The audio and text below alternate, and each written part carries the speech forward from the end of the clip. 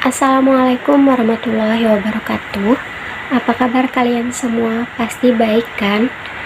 Kepada kalian semua, tetap patuhi protokol kesehatan supaya terhindar dari yang namanya virus corona atau virus COVID-19 dengan cara selalu mencuci tangan, jaga jarak, dan pakai masker apabila ingin bepergian dari rumah.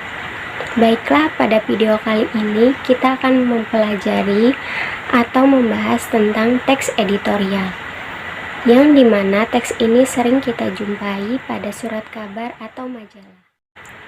Sebelum memulai membahas pembelajaran, Ibu akan memberitahu kalian tentang tujuan pembelajaran kita kali ini, yaitu yang pertama, siswa dapat mengidentifikasi isi teks editorial.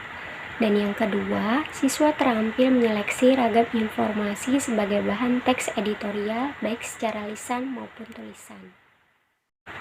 Apakah kalian tahu ini apa? Ini adalah tajuk rencana atau teks editorial yang terdapat di dalam surat kabar. Tentu kalian tidak asing lagi dengan surat kabar, dan kalian pasti pernah membaca surat kabar. Nah, ketika kita membaca surat kabar atau majalah, kalian akan menemukan sebuah rubrik yang dinamakan tajuk rencana atau editorial. Rubrik ini memuat pendapat redaktur terhadap berita yang dianggap aktual dan penting untuk diketahui oleh pembaca. Dalam menganalisis masalah tersebut, redaktur harus menampilkan data, fakta, dan realitas. Untuk memahami isi tajuk, kita perlu mencari gagasan utama dan gagasan pendukung yang terdapat pada setiap paragraf. Dalam suatu media massa seperti surat kabar atau majalah, umumnya tajuk rencana ditulis dengan ditempatkan dalam kolom tersendiri secara khusus. Tajuk rencana merupakan tulisan yang berisi suatu pokok permasalahan yang paling hangat atau aktual yang sedang diperbincangkan masyarakat dan menjadi berita utama di media massa. Jadi, apa itu teks editorial? Teks editorial atau tajuk rencana adalah ulasan atau pendapat redaktur surat kabar atau majalah mengenai suatu masalah atau hal yang sedang menjadi perbincangan masyarakat. Ulasan atas masalah tersebut merupakan kajian intelektual yang dilakukan secara intens oleh redaktur sehingga mengarah pada suatu kesimpulan yang mengarahkan pembaca untuk memahami permasalahannya. Menurut Pramonoka tahun 1996 halaman 33. Tajuk rencana umumnya ditulis oleh editorial atau redaktur dari media massa tersebut. Tujuannya untuk memberi suatu gambaran tentang pokok permasalahan yang telah diberitakan pada hari-hari yang lalu dan kemungkinan-kemungkinan yang akan terjadi pada masa yang akan datang. Oleh sebab itu, tajuk rencana pada umumnya berisi kesimpulan sementara suatu pokok permasalahan beserta prediksi dan harapan penyelesaiannya. Membaca tajuk rencana sangat bermanfaat. Dengan membaca tajuk rencana, kita mendapatkan suatu gambaran tentang pokok permasalahannya yang mungkin terlewatkan dan tidak sempat kita baca pada hari-hari lalu. Sekaligus, kita akan mendapatkan gambaran perkembangan pokok permasalahan tersebut. Selanjutnya ada isi teks editorial. Editorial berisi tentang yang pertama fakta atau peristiwa aktual, fenomena, dan kontroversial.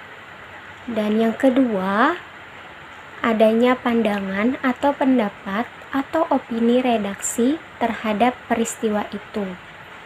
Simpulan isi teks editorial adalah pernyataan umum atau tesis diikuti argumentasi secukupnya, dan diakhiri dengan penegasan ulang. Selanjutnya, Ibu akan menjelaskan ragam informasi dalam teks editorial. Seorang penulis tajuk rencana berusaha untuk mengulas kembali fakta dan pendapat pokok berita yang sedang ramai diperbincangkan di masyarakat.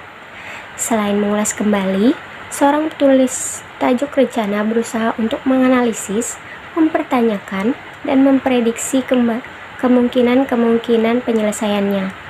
Pada umumnya, dia akan memosisikan sebagai pengamat dari sudut pandang tertentu.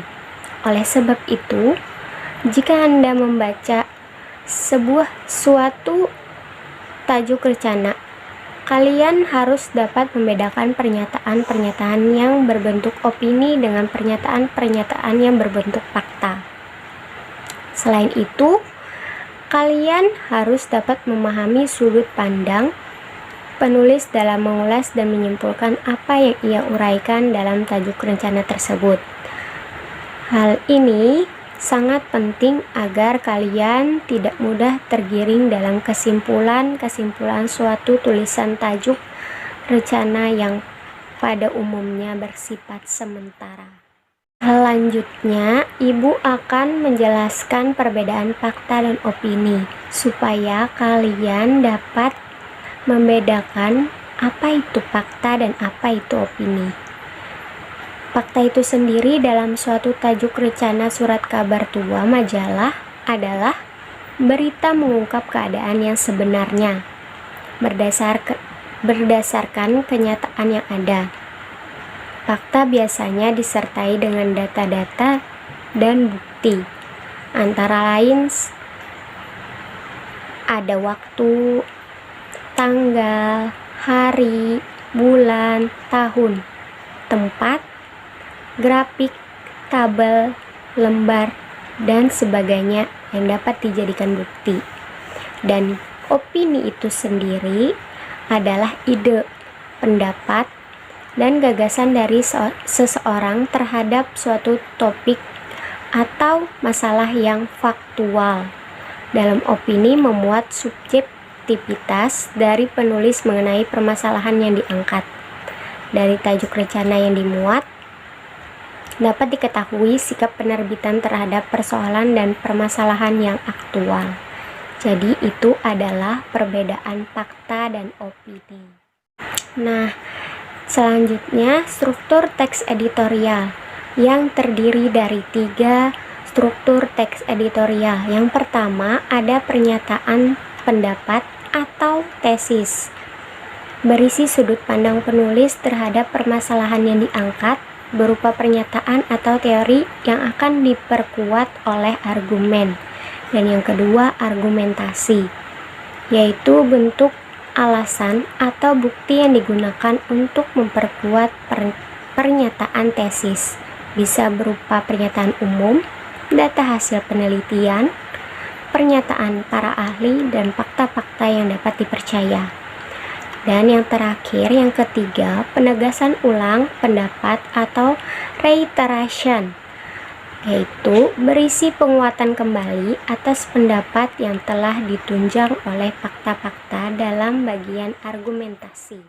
Nah, jadi bagaimana sih cara mengetahui ragam informasi dalam teks editorial? Yaitu dengan cara membaca intensif. Kenapa membaca intensif? Karena membaca perlu melakukan kegiatan intensif.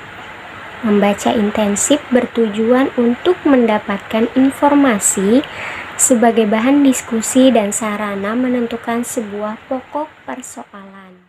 Dapat kalian lihat di sini ada langkah-langkah membaca intensif, yaitu ada beberapa langkah yang diantaranya ada menyiapkan naskah yang akan dibaca, memberi tanda pada bagian-bagian yang dianggap penting, membaca teks secara keseluruhan, mencatat ide pokok setiap paragraf, dan yang terakhir membaca ulang teks untuk mengkaji simpulan yang dibuat. Baiklah, dengan cara membaca intensif, kalian dapat dengan mudah mengidentifikasi isi teks editorial dan menyeleksi ragam informasi teks editorial. Itulah yang dapat Ibu sampaikan. Mohon maaf apabila ada kesalahan kata dari Ibu. Wassalamualaikum warahmatullahi wabarakatuh.